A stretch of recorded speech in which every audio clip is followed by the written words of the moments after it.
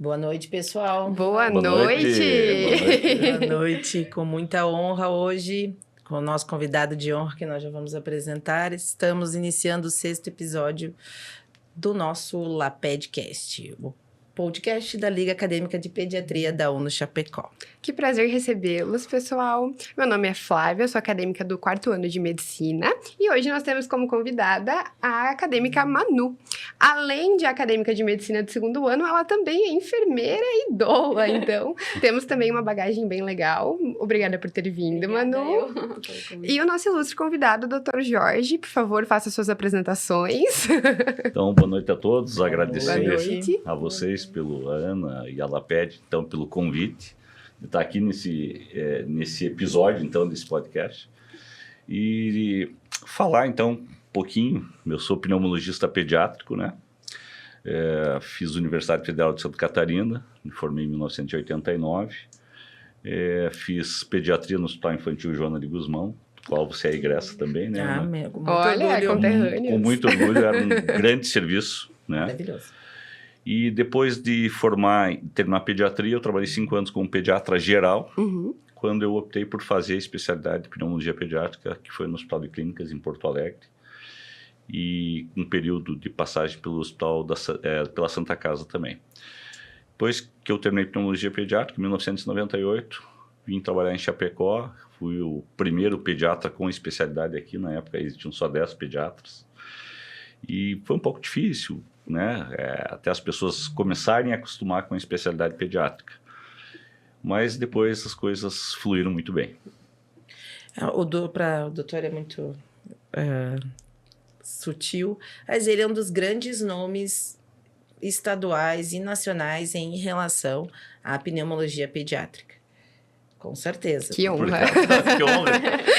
Grandes nomes, uma unanimidade perante muitos médicos, assim, aonde a gente veio, formou o infantil, ele é uníssono lá, o nome dele, todo mundo gosta, todo mundo admira, e é por isso que eu digo, é uma grande honra ter o senhor hoje aqui. Obrigado. Que gratificante pra gente como acadêmica, né? Isso é muito importante. Legal. Assim como a Prefena Eu também é acho muito que gratificante. ela está sendo muito gentil, mas tudo bem. Não, mas é real. Não, o senhor honras têm que merece, ser não, mencionadas, não, né? Sim. Obrigado. Vai me deixar encabulado. Então, acredito que o nosso episódio de hoje vem a calhar muito com o tema da estação que a gente está vivendo, que são as infecções respiratórias mais comuns na pediatria. E o senhor tem uma bagagem maravilhosa para falar com a gente sobre isso. E eu gostaria de começar perguntando para o senhor, doutor, por que as crianças pequenininhas parecem que estão sempre mais suscetíveis a ter infecções respiratórias? Bom, o principal motivo para isso é que elas não têm um sistema imunológico completamente formado. A gente sabe que quando a criança nasce, ela vai receber muitos anticorpos maternos e ela vai ter que lidar com isso. À medida que ela vai crescendo, vamos pegar assim, a partir do momento que ela sai do colo da mãe, ela começa a descobrir o mundo, ela começa também a entrar em contato com muitas outras pessoas, crianças, e às vezes, com bastante frequência hoje em dia, creche. Sim. E elas têm alguns mecanismos de defesa que não estão prontos. Por isso que nós, como pediatras, recomendamos que as crianças, de uma forma geral, comecem a frequentar a creche depois dos 3 anos. Quando o sistema imunológico está um pouco melhor formado, onde ela tem capacidade de formar anticorpos contra as bactérias, quando ela tem uma quantidade de imunoglobulinas A de mucosa em maior quantidade, e aí elas vão estar prontas para entrar em contato com esse combate a essa virolândia que está por aí, né? Eles saem daquela imunidade materna que eles tinham e agora tem que desenvolver a Tem deles, né? Tem que se virar. Só que o ideal é que isso não seja tão precoce, porque como eles não estão preparados, as infecções podem ter um caráter mais grave sempre nessa faixa etária, né? Perfeito. Então, o senhor acha que o ambiente escolar também influencia nessas infecções? Com certeza, muito, né? A creche, na realidade, a gente viveu uma modificação do mercado de trabalho, né? Quando eu fui criança, eu entrei na escola com 7 anos, né? Sim. Então, a gente não tem nenhuma dificuldade de socialização e à medida que as coisas foram se modificando e a mulher deixou de ser a mãe, né, dos filhos e foi para o mercado de trabalho, houve a necessidade de se criar esses abrigos, né? Sim. E que as escolas começaram a fazer com que as crianças começassem a entrar cada vez mais cedo, mas o sistema imunológico não estava pronto, continuou mesmo, né? E nessa época daí associa a temperatura, né? O frio, sim, a escola, tudo. As coisas modificaram um pouco, né? Mas a gente sempre soube que o outono, né, que é a época que a gente está vendo agora, há um aumento da circulação de todos os vírus. Alguns vírus que eram... Mudou um pouco com o Covid, né? Mas ainda a gente sabe que os vírus respiratórios vêm em grande parte nessa época do ano, principalmente essencial respiratório. Sim. Depois a gente pode falar sobre as bronquiolites. Essencial respiratório, influenza, rinovírus, parainfluenza, e aí toda a cadeia deles circulam principalmente nessa época, até mais que no próprio inverno. Sim. Então, sempre nessa época a gente vai ter um aumento de casos, hospitais mais lotados, consultórios cheios, os pais apavorados. E eu acho que até nessa questão de superlotação, né, a gente tá vendo aqui na nossa região que tem um acúmulo, né, de crianças no hospital. E a bronquiolite tem causado óbitos, então tá bem e às vezes até os pais procuram o serviço quando a criança não tá precisando obrigatoriamente, né, não tá com algo tão grave e acaba às vezes contraindo no hospital alguma coisa pior. O que o senhor indicaria, assim, quando que os pais devem procurar nessa época o atendimento para a criança? Que sintomas a criança vai estar apresentando? Quais são os sinais de alarme, né? Isso, tá falando de sintomas, falando basicamente de quadros respiratórios, né? Isso. Assim, ó, quando que eu deveria me preocupar com uma criança que vem tendo sintomas respiratórios? Eu devo me preocupar com qualquer tosse? Não. Então, quando aquela criança começa a ter sinais de alarme, quando ela começa tá com tosse, pode ter falta de ar, ou quando aquela tosse está incessante, digamos assim, porque aí ninguém merece dormir também com uma noite inteira de tosse, né? Mas pensando só nessa fase. Ou principalmente quando esses sintomas, e ficar muito mais de olho quando a criança for pequena, principalmente criança abaixo de 6 meses, tem que ter uma atenção um pouco maior. E claro que se é uma criança que vem tendo tosse durante um bom tempo, uma febre persistente. Uma febre alta persistente, gemência, algum grau de dificuldade respiratória, também deve procurar o hospital, né? Então, essas são as situações. Dificuldade respiratória e, principalmente, cuidado maior em crianças muito pequenas, principalmente abaixo de 6 meses. Mas é importante ter cautela também, né? Que às vezes os pais já querem levar e aí a criança acaba sendo exposta a mais infecções oportunistas. O que a gente vê, e na realidade, às vezes os pais têm muita dificuldade de entender isso, mas a gente sabe que é por uma preocupação, né? Sim. Quando a gente se torna pai, a gente descobre 2 sentimentos. Um é o amor de verdade e o outro é a preocupação incondicional. Então, não dá para julgá-los, né? Com certeza, é uma vida totalmente dependente, né? Isso, então, totalmente dependente deles. Então, mas o que tem que ficar claro, assim, para os pais é que febre, por exemplo, sozinha, isolada, sem nenhum outro sintoma, não é um sinal de preocupação, de gravidade. Baixou, dá o antitérmico, baixou a febre, criança ficou bem, está tudo certo. Não precisa dar o tempo para o quadro acontecer. Agora, é diferente se é um paciente que vem em tratamento por uma doença, já está usando um antibiótico para uma infecção respiratória e subitamente tem uma febre alta, ou tem uma crise convulsiva, ou tem muita dificuldade respiratória, esse paciente tem que ir para o hospital, né? São situações diferentes. Apareceu a febre, mas eu já estou usando antibiótico há 4, 5 dias, febre, estou prostrado, começa a ter dificuldade respiratória, aí sim eu preciso do hospital. Certeza. Mas a febre, estou bem hoje, apareceu a febre, eu não tenho por que levar no hospital. Sim. Doutor, e então falando das infecções respiratórias em pequenos, vamos começar até 6 meses, 1 ano de idade. A gente sabe que o que teve uma mudança importante há 2 semanas, que é o GINA, que é o que norteia os médicos, os pneumos, os pediatras, e ele modificou. O que ele modificou de 2024 para 2025? O senhor poderia nos explicar? Tá, então o GINA é a global iniciativa para o manuseio da asma, né? Anualmente são feitas reavaliações de acordo com os trabalhos científicos que foram observados e às vezes o próprio entendimento dentro da área da pneumologia que acabou modificando. Uma das coisas que chamou muito a atenção e eu acho que pensando, refletindo, foi adequado. Por exemplo, eles mudaram o termo, nós usávamos muito a expressão lactente sibilante ou bebê chiador. Por quê? Porque um cara chamado Fernando Martinez fez um trabalho e ele acabou descrevendo os fenótipos da sibilância e isso acabou ficando um clássico dentro da pneumologia pediátrica. Só que dentro desse fenótipo de sibilância que ele estabeleceu, ele nos deixou... Nós nos conduzimos de uma forma diferente no tratamento. De uma forma geral, o lactente sibilante, nós sempre acabamos fazendo cursos de corticoide inalatório quando tem sibilância frequente. E se ele não for um asmático, não faz sentido. Então, esse termo lactente sibilante ficou meio estranho. Inadequado. E aí, inadequado. Aí eles colocaram o termo suspeita de asma. Então, o suspeita de asma justifica, quando eu tenho a suspeita de asma, justifica eu fazer um curso de corticoide inalatório e ver se esse paciente responde após 3 meses.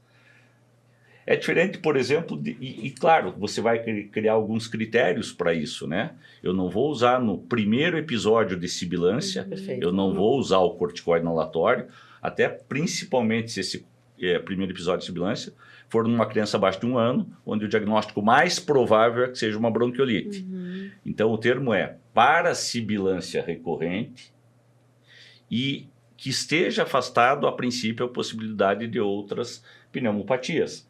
Bronquiolite, bronquiectasias, fibrose cística, refluxo, enfim, outras possibilidades. Nesse caso, se eu tenho episódios recorrentes de sibilância e a princípio, eu não estou pensando nas outras possibilidades, justifica eu fazer um tratamento como asma. E esse é um paciente com asma suspeita. Perfeito. Mesmo eu não tendo ainda disponível uma espirometria, mesmo eu não tendo disponível nenhum tipo de exame laboratorial. Então, essa é uma grande mudança que eu acho que faz muito mais sentido. Sim, com Porque certeza. às vezes nós pegávamos lactente sibilante, onde provavelmente nós acreditávamos que não seriam asmáticos no futuro, mas de qualquer forma a gente tratava como asmáticos e não fechava. Eu me sentia meio constrangido em usar, mas eu tinha que usar. Estava pautado e seguiu o que estava ali, né? Isso, então, isso porque o diagnóstico e tratamento precoce ele também passa a ser importante para nós tentarmos evitar limitações futuras dessa criança, da qualidade de vida, e agora eu acho que o termo ele acabou encaixando mais.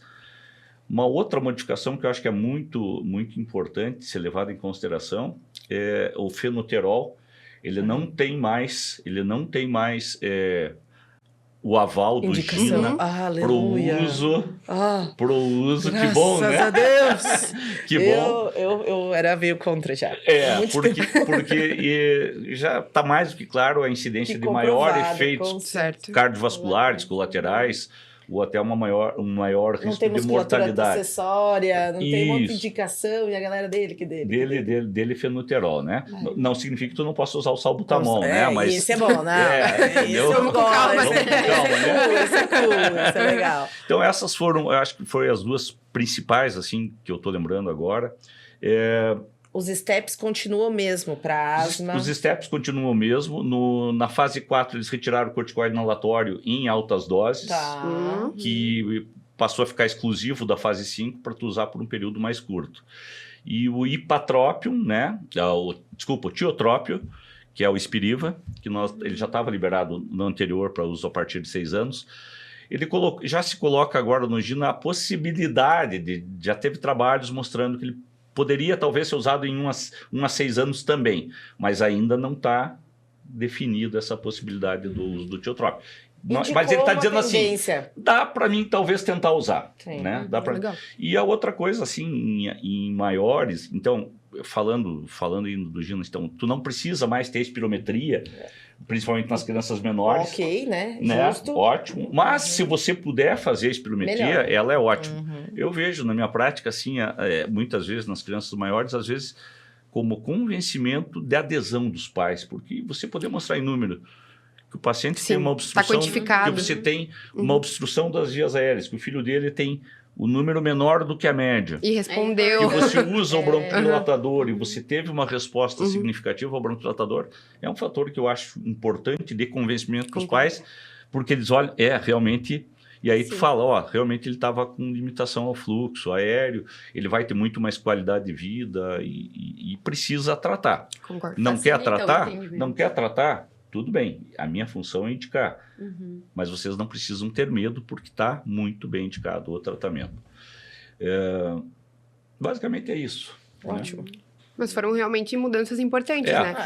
Eu até não li o novo Gina, mas já tinha visto sobre essas mudanças e agora vendo o senhor explicando ficou um pouco mais claro. Mas e o Gina, né, 2024 foi um marco. Já foi. Foi um marco muito legal e agora 2025 também, né? Mas eu tô bem feliz, viu? Porque, poxa, tem residente de pneumologia que não leu o Gina. Vocês estão lendo o Gina. Tô bem feliz. Com super acadêmicas.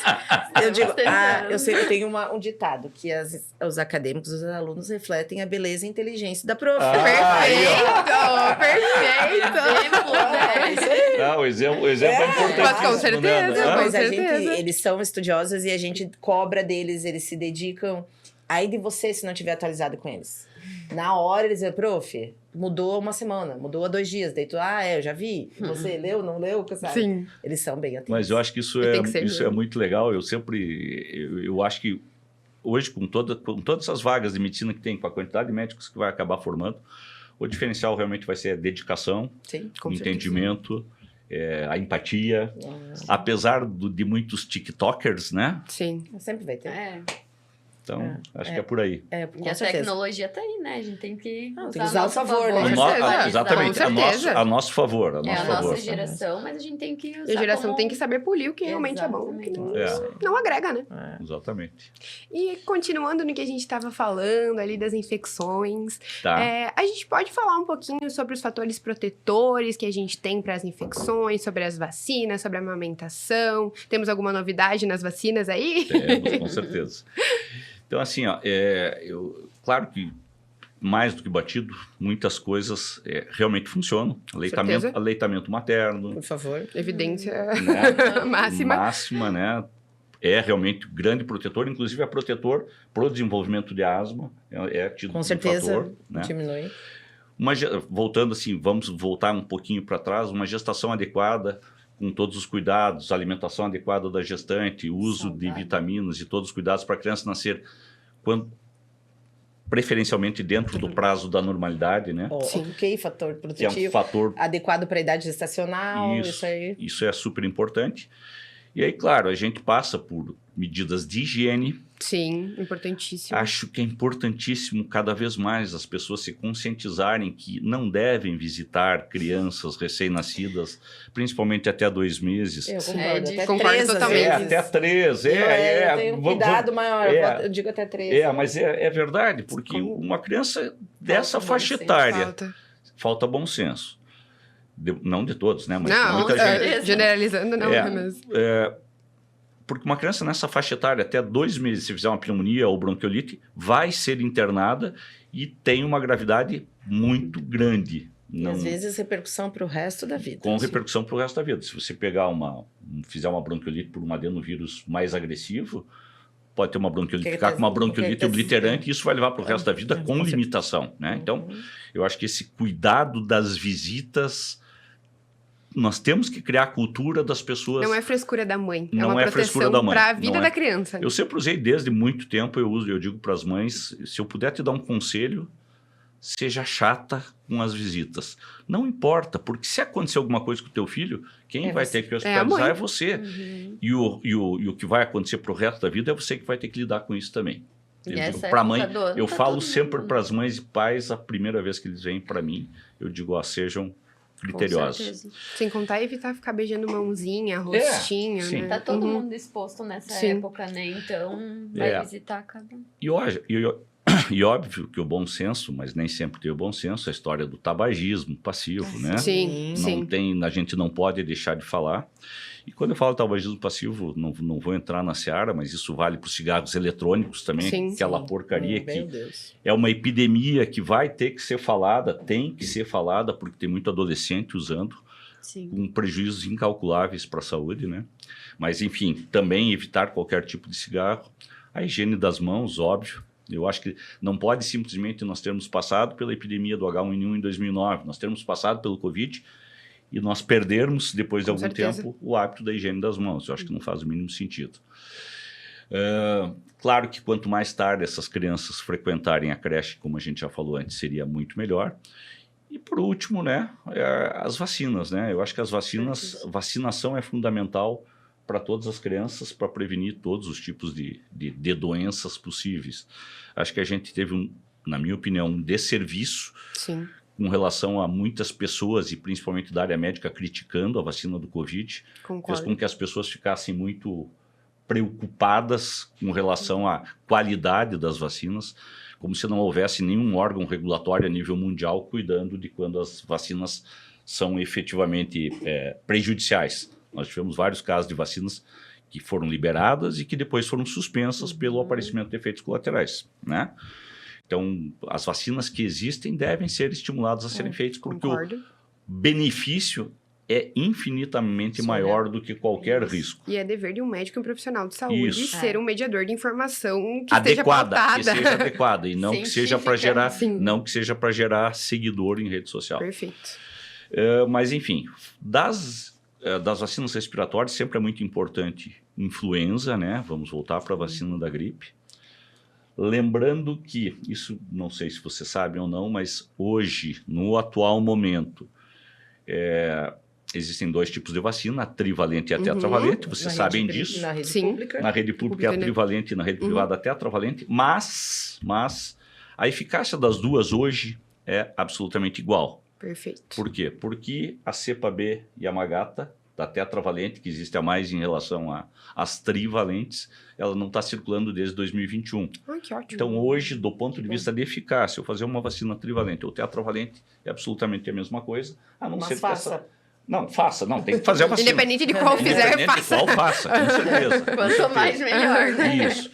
E, para mim, assim, o mais fantástico de tudo hoje é a vacina para o vírus essencial respiratório, que eu acho que isso vai modificar com certeza o histórico das doenças respiratórias, as sequelas nas crianças. E, poxa, e o fato dela ter sido liberado para gestante já, para proteger seu filho, e poder ser feita na gestante para proteger até o 6º mês a criança é sensacional. E, doutor, e quais são as faixas etárias? Então, a gestante toma a partir de qual idade gestacional? 32ª semana? 32ª, normalmente é a partir da 32ª. 32 a 36, isso, normalmente. Perfeito. Eles usam esse período. Então, as mães todo mundo tem que ficar atento, né? Nós também. Embora seja uma vacina cara, né? Não acho que é uma vacina barata, mas com certeza o benefício dela compensa muito. Não, com certeza.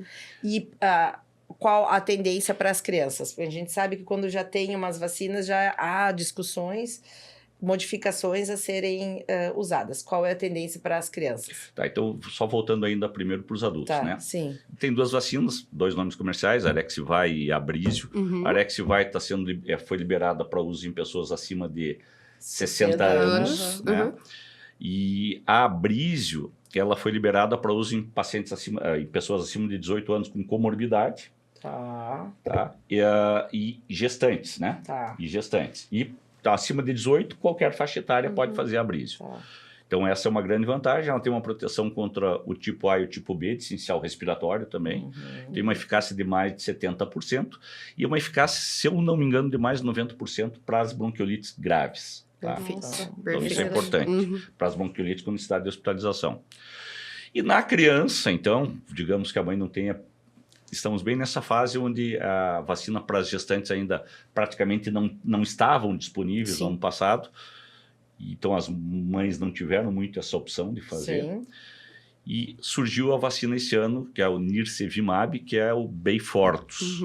E ele está indicado para todas as crianças, inclusive saudáveis. A única limitação realmente é o custo dela, uma vacina cara. R$ 3.500, R$ 3.600. É caro. Pensando na realidade do Brasil. Pensando na realidade do Brasil, ela realmente é cara. Mas é uma dose só. Sim. E a partir do 2º ano, se for uma criança... Então, está indicado para todas as crianças até 1 ano.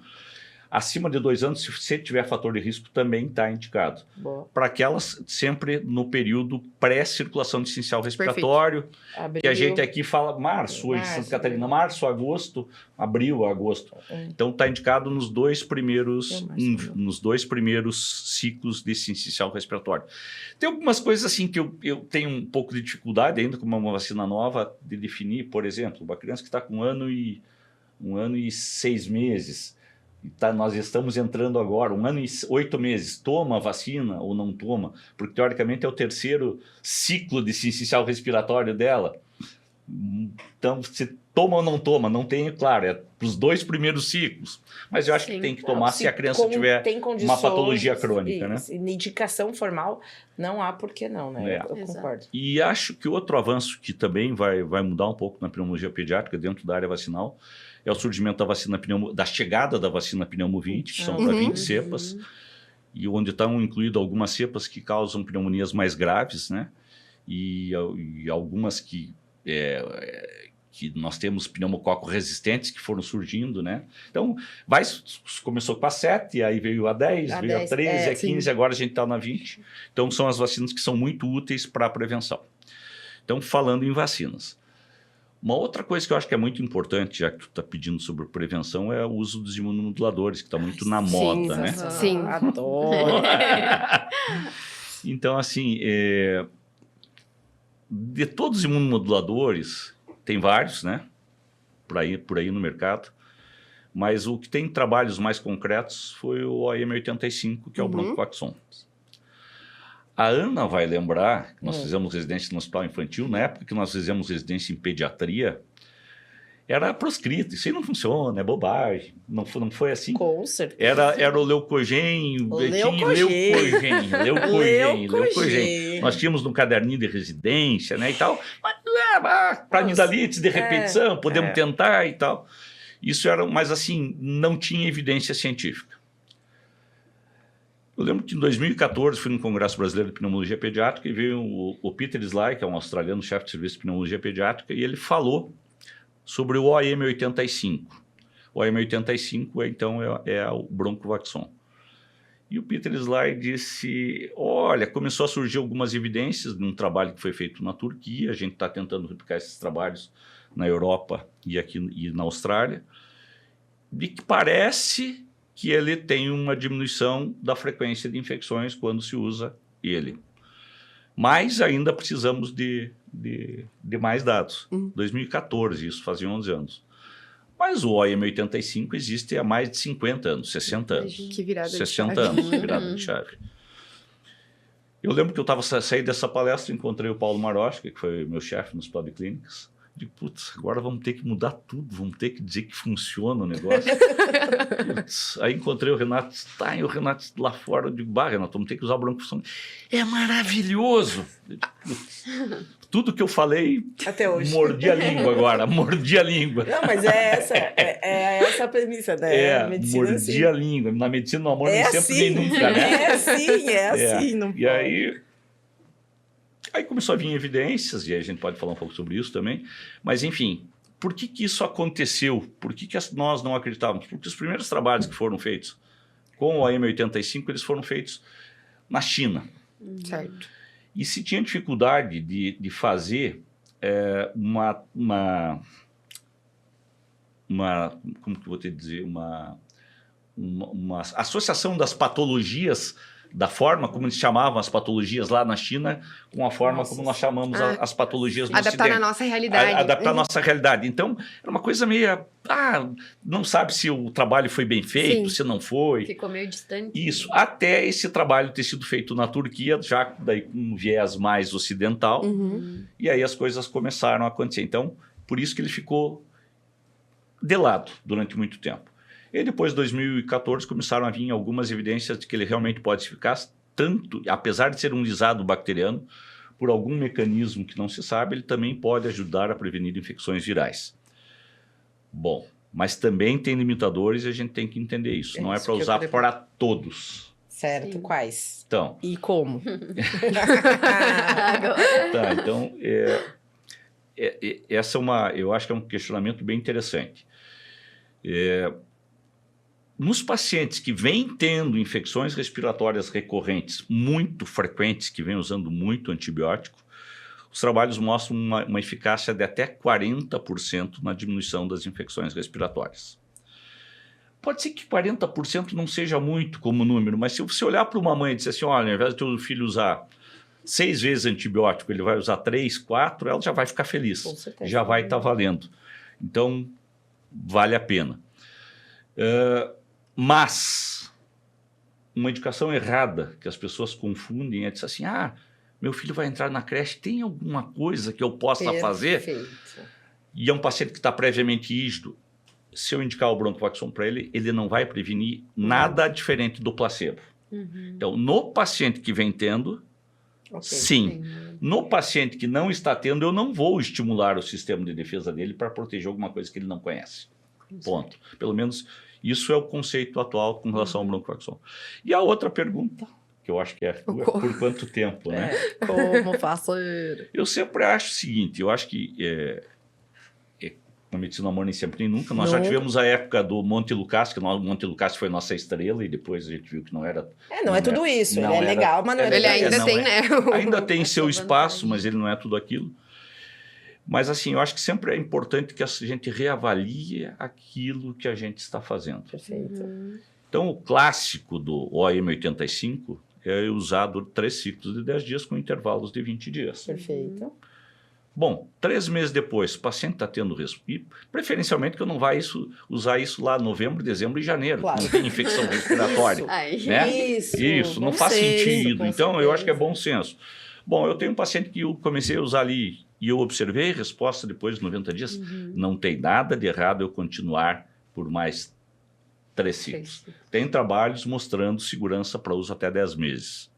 Ciclos, trabalhos. Mas não significa que eu devo usar. Isso não me dá o direito de usar. E não é todo paciente. Eu acho que às vezes o menos é mais. Eu, particularmente, não gosto de receita de bolo. Eu acho que a gente tem que individualizar. E a medicina está longe de ser uma receita de bolo. Está longe. A medicina tem que ser personalizada. Eu acho que principalmente em criança, onde a gente tem que trabalhar com o perfil de segurança e eficácia. Individualizar. Segurança e eficácia. Eu gostaria de fazer um parênteses e colocar em caixa alta essa palavra. Por isso que o senhor é quem o senhor é.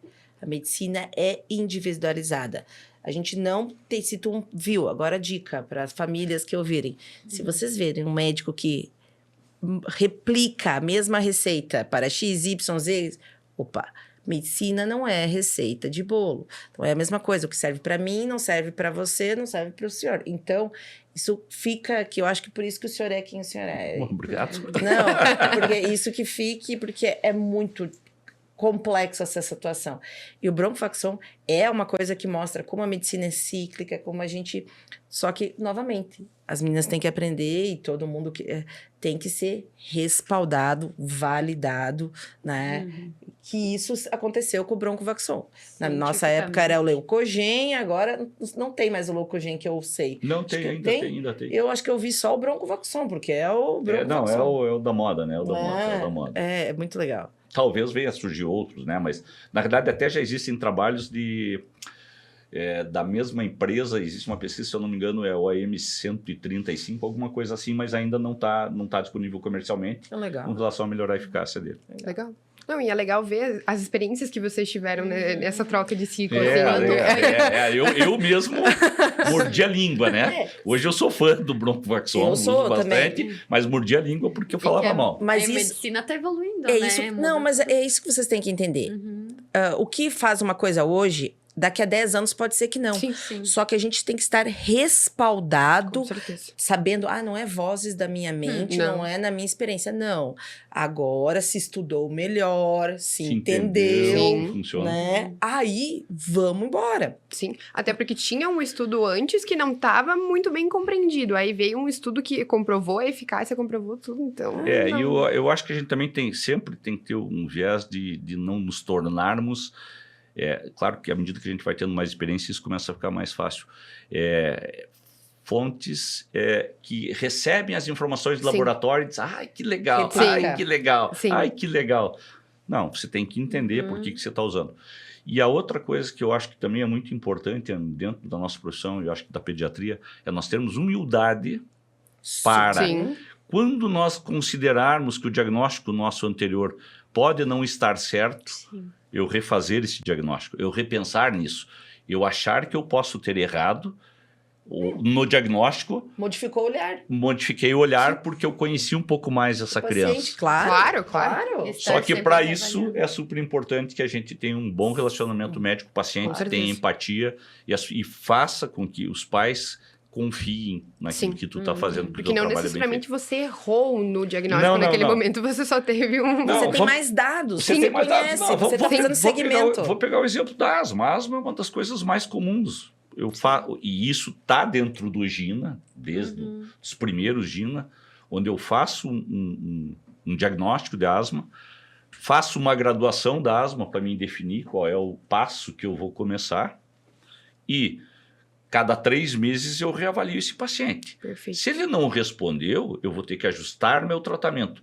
Mas, antes de eu ajustar o tratamento, eu tenho que pensar, a técnica está adequada? Tem alguma comorbidade associada? O meu diagnóstico está correto? Bom, se eu tenho convicção dessas 3 coisas, que o meu diagnóstico está correto, não tem comorbidade, e a técnica inalatória está correta, aí sim eu estou autorizado a aumentar e dizer assim, mantém. Mas eu tenho que pensar nisso. Sim. Não posso ter a receita de bolo.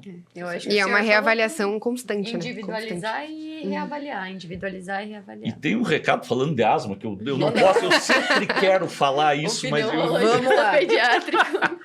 eu sempre quero falar isso, mas eu queria gravar, mas eu não falo. Os dispositivos em aerosol, entre um jato e outro, é 30 segundos de intervalo. Sim. Ponto. Não pode fazer isso. E parece uma coisa tão boba, porque isso está na bula da fluticasona, está na bula do Aerolin, aguardar 30 segundos entre um jato e outro. E as pessoas não fazem, não leem, não são orientadas e nos hospitais fazem errado. As técnicas de enfermagem, eu cansei de explicar.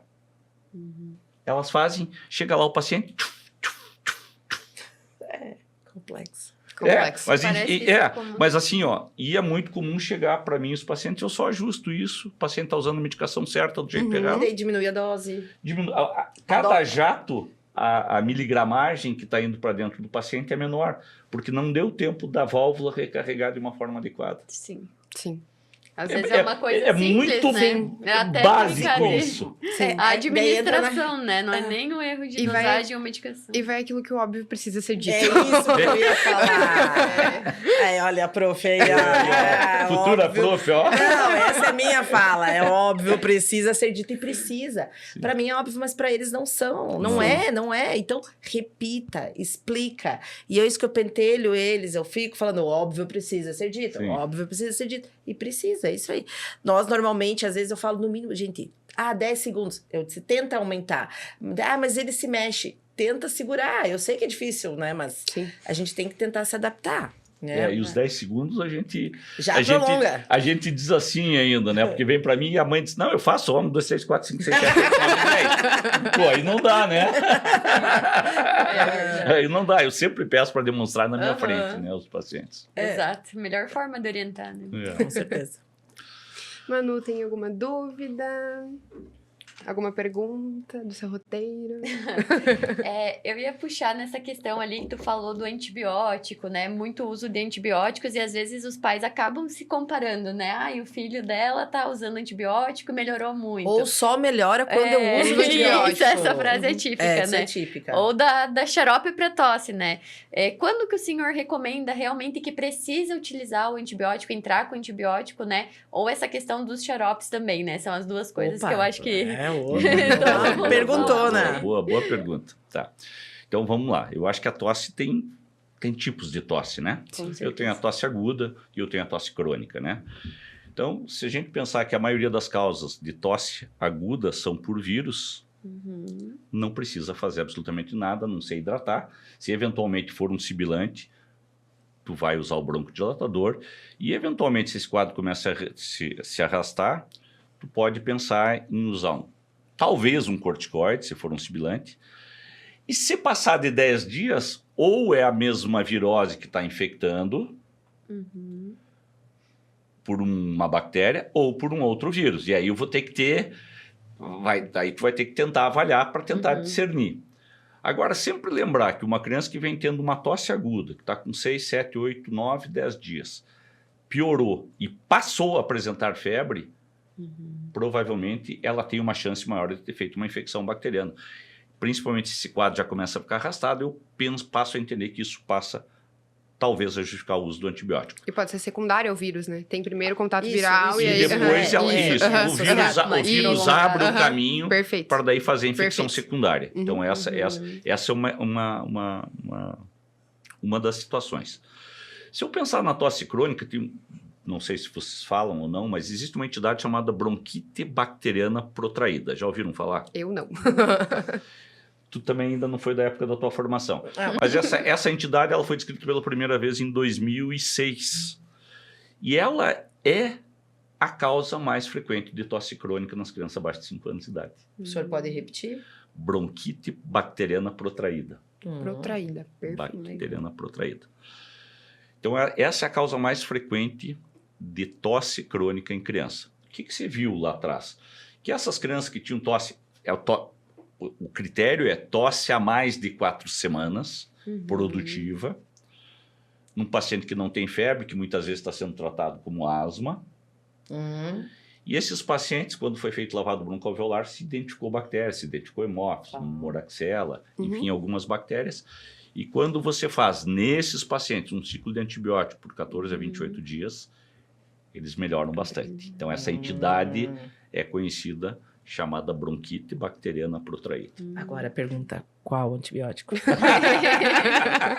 Não, o ideal é que se use um beta-lactâmico, né? Perfeito. Porque você vai ter que pegar clavulanato, cefroxima, alguma coisa nesse sentido. Bem legal. As crianças adoram tomar. Adoram. Não adianta usar amoxicilina pura. Não, nem tem porquê. Mas e entenda que o período é prolongado, porque senão tu vai ter refratariedade. É pelo menos 14 dias, é como se fosse uma sinusite. Sim. Tá? E ainda a cefroxima eu gosto muito, porque a galera não tem muito costume de prescrever, mas também a adesão ao tratamento, né? A gente sabe que não é tão boa. Né? Não, com certeza. Mas é sensacional, tipo. Amo. Nossa, essa informação valeu milhões pra mim, tá? Essa informação, essa é quente, viu? Foi de milhões. Não, é só aula hoje, gente. meu Deus. Não, olha só, por isso que eu digo, quem ele é quem é por isso que ele é ele. Tá bom. Doutor, outras condutas, em relação ao tratamento. Eu sinto muito ainda que está enraizado ainda o uso do corticóide oral. Tá. Né? Que a gente sentiu já o Gina já vem falando, todo mundo já vem nos mostrando a necessidade de quebrar com esse paradigma mas o que o senhor vivencia ainda em relação ao corticóide oral? Então, eu acho que também isso ótima pergunta. O corticóide oral, eu lembro que quando eu voltei de Porto Alegre em 98, os pediatras, de uma forma geral, tinham muito medo de usar o corticoide. Muito, muito, muito medo, naquela época. E a gente começou a usar, com as coisas bem indicadas, nos pacientes asmáticos, quando efetivamente precisava, e considerava que era seguro. Nós aprendemos naquela época que dava para usar até 7 dias numa crise de asma. Só que as coisas começaram a evoluir de uma forma, ele é realmente efetivo, ajuda muito como anti-inflamatório, mas ele vai cobrar seus efeitos. Então, em 2000, não lembro se foi 2007 ou 2008, surgiram os primeiros trabalhos que provaram que o uso de mais de 15 dias de corticoide oral por ano nas crianças já aumentava a desmineralização óssea delas. Por ano? Por ano. Por ano. Outra dica de milhões. Por ano. Então, e da mesma forma que vai fazer essas crianças terem desmineralização, elas podem ter... se acredita que elas têm uma maior predisposição no futuro de desenvolver hipertensão, problema renal, catarata, enfim, outros efeitos colaterais que ainda não se sabe. Sim. Mas tentando fazer um paralelo com o uso. Então, o corticoide oral, ele é muito bom, mas tem que ser usado com muita parcimônia. Preferencialmente pela menor quantidade de tempo possível, quando indicado. Então, se eu puder usar 3 dias, 2 dias, ótimo, paciente melhorou, pensando sempre nesses 15 dias por ano. E esse é um critério que eu utilizo para indicar medicação inalatória. Eu pergunto, quando os pacientes vêm pela primeira vez, quantas vezes vocês usaram corticoide o ano passado? Eu usei, doutor, usei todo mês, usei 30 dias, 40 dias. esse paciente eu tenho que tentar usar corticoide inalatório. Perfeito. Porque se ele respondeu lá e virou o remedinho favorito da mamãe, Sim. porque o corticoide inalatório provavelmente vai trazer algum benefício. Então, eu acho que esse é um cuidado importante. Quanto menos corticoide oral usar, melhor. Não que não é para usar. Eu tenho um paciente, e o paciente vai sair do meu consultório com... Isso também é uma coisa que hoje está questionável, mas eu prefiro já deixar com o meu paciente com uma orientação para crise. Só que as mães adoram o corticoide. Mas é sempre, em primeiro lugar, num paciente asmático ou com suspeita de asma, usar o broncodilatador, usar o salbutamol. Perfeito. Né? Eu coloco lá o salbutamol spray, usar 4 jatos até de 3 em 3 horas, que é o que eu autorizo em casa. Excepcionalmente, algumas mães chegam a fazer resgate em casa, porque de tanto já terem frequentado o pronto-socorro, elas fazem o esquema de 20 em 20 minutos. E o salbutamol realmente ele é muito seguro. Muito seguro. Comparado com o fenuterol, então não dá nem para... Graças né? a Deus. Então, basicamente, com relação ao corticoide, isso. Voltando ainda, qual é o melhor remédio para tosse? Líquidos. Chá, água, açúcar. Xarope para tosse só serve para dar dinheiro para a farmácia e para a indústria farmacêutica, não serve para absolutamente nada. Foi prova de título de pediatria quando eu fiz qual é o melhor xarope para tosse. Título de especialista em pediatria Repouso caiu. E hidratação. Não, estava lá água, aí tinha acetilcisteína, baribará. Outra medicação que está proscrita por nós, pneumologistas, é a cebrofilina. Nós não usamos. Estimula demais o sistema nervoso, favorece refluxo, irrita, a criança fica... Eu fui uma criança que... Eu tenho doença do refluxo e usei muito a cebrofilina e não sabia. Agora eu fiquei... Associei uma coisa a outra. Síndrome do estudante de medicina, né? O que não tem pra chegar. Tá pra chegar. Que não tem pra chegar. Então, basicamente é isso. O mel, após os 2 anos, como prevenção de infecções respiratórias. Ótimo. Chazinho da vovó. Meu Deus. Líquidos à vontade. Tem que dar líquidos à vontade. Chazinho da vovó pode.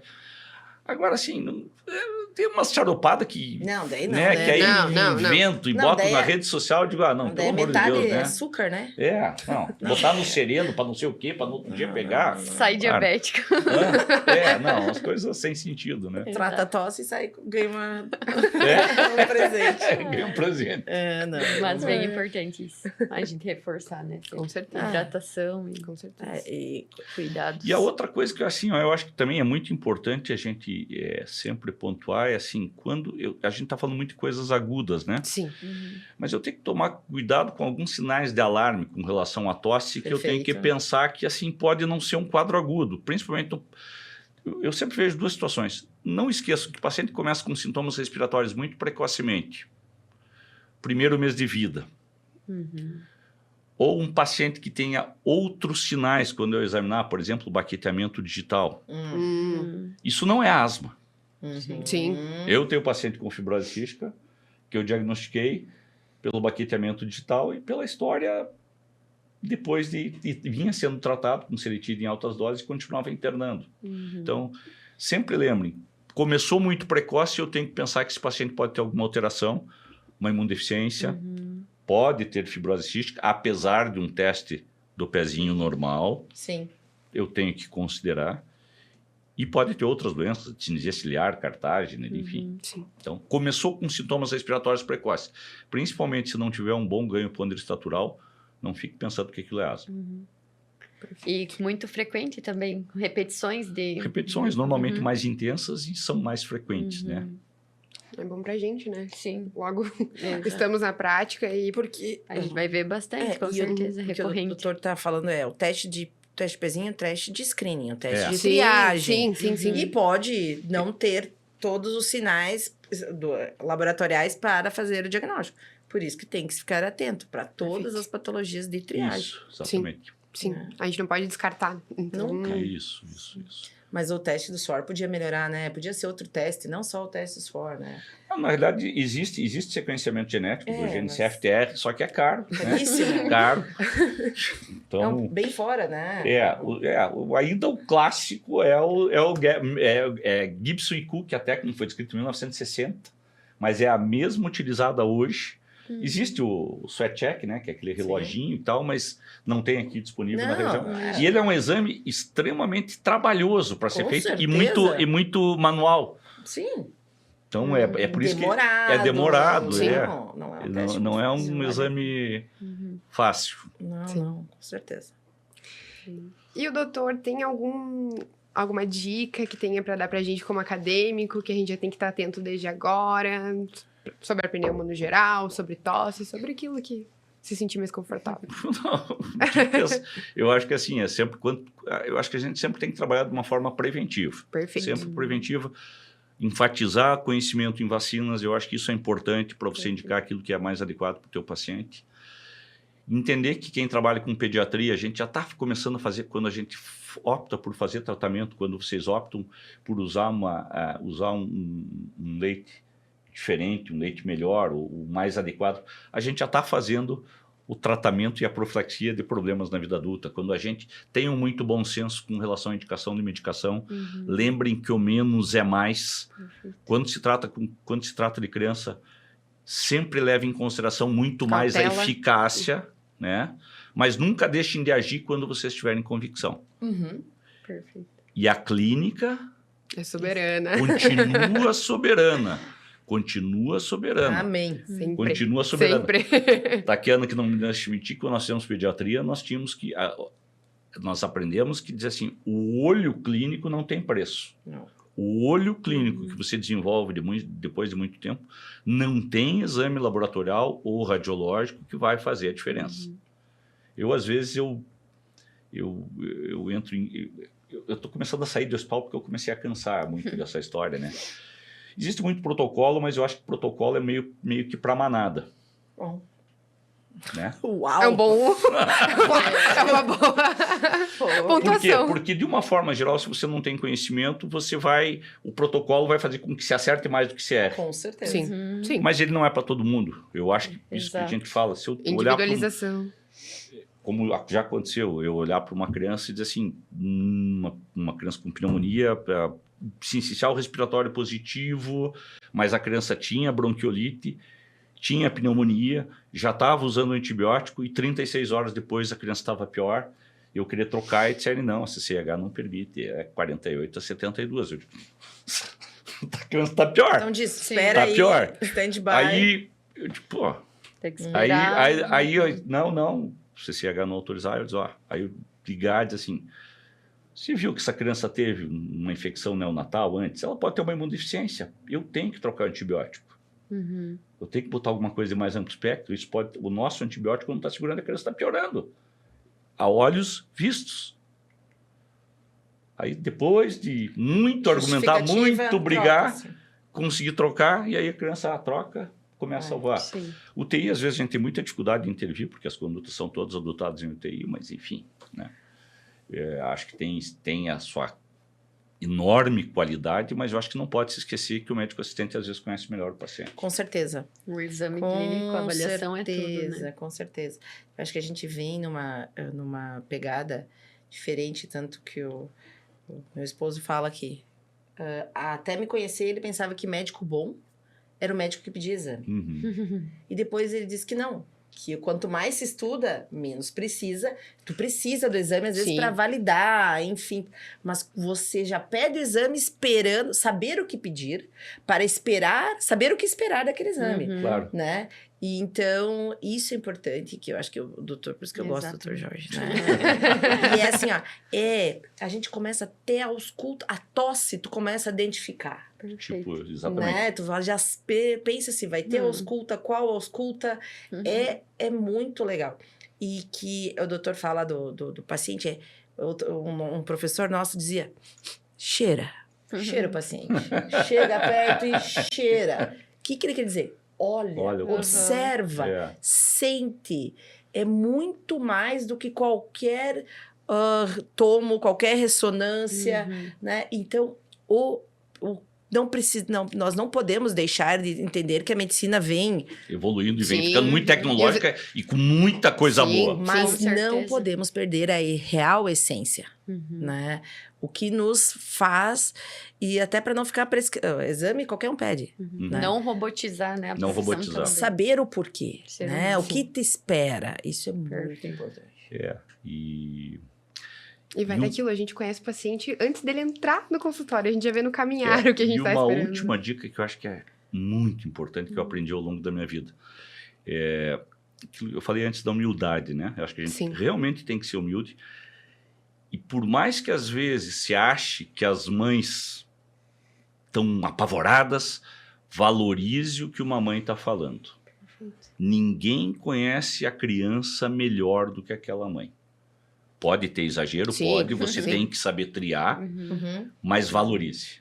Valorize. Se ela te disser que está pior, não. Ela vivenciou, né? E isso, não fique num pedestal dizendo, não, eu sei o que eu estou fazendo. Pré-julgar, às vezes. Né? Avalie, pense, olhe. Perfeito. Perfeito, perfeito. Nossa. E nesse momento de mundo que a gente vive, acho que essa fala foi... E a outra coisa que eu acho que assim é muito importante, eu acho que na relação médico-paciente, é assim, ó, sente, ouça. Eu estou com um paciente no hospital, eu não posso chegar lá só escutar, não, tá tudo bem, sair. Senta na cama, conversa um pouco, explica, perde 2 minutos ali, mas para você gerar esse vínculo de confiança e saber o que está sendo feito. O paciente é um humano, né? Ele tem que ter essa troca também, assim como a mãe, né? Então...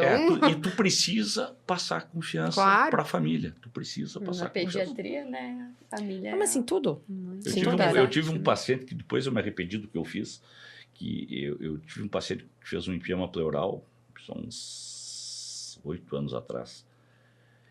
E realmente foi bem complicado.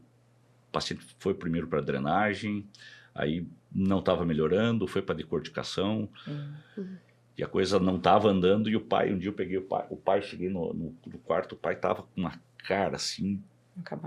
Acabado, mas assim, cara de brabo, que estava irritado com o mundo. Sim. E o pai não saía do hospital, estava a mãe, eu digo, ó, cara, vai para tua casa, dá um tempo, tu não tá com uma energia boa aqui, tu não tá me ajudando. Deixa a tua mãe, deixa a tua esposa aí que tá com uma energia boa, confiante. Ele olhou com uma cara de brabo para mim, mas aceitou. Ótimo. Aceitou e foi para casa. 2 dias depois ele voltou, doutor, tô bem agora. Obrigada. Digo, não, beleza. A criança começou a melhorar dali em diante. Então tem muita coisa que a gente, entre o céu e a terra, que a gente não conhece, né? Amém. Sim. Vixe. Muito, muito, muito, muito. Isso eu concordo e acredito. Como estamos de tempo... Não, estamos bem. Eu acho que sempre será uma conversa sensacional. Não, nós estaremos aqui, acho que vão fechar 2 horas aí, pessoal. Né? Eu gostaria de agradecer, doutor.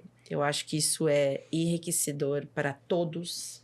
Ouvir o senhor é uma aula diária, elas entenderam, porque foi meio estratégico, né? O seu podcast nessa época. Sim, com certeza. Claro, a gente também pensa, né, nesses aspectos. E que a gente gostaria muito de agradecer pela dedicação. A gente sabe o quanto o senhor tem os outros dia a dia, compromissos, e priorizou para vir conversar com a gente nessa noite de hoje. Eu que agradeço. Um aprendizado muito valioso para nós. Ótimo. Meu Deus, Agora o senhor tem mais uma fã.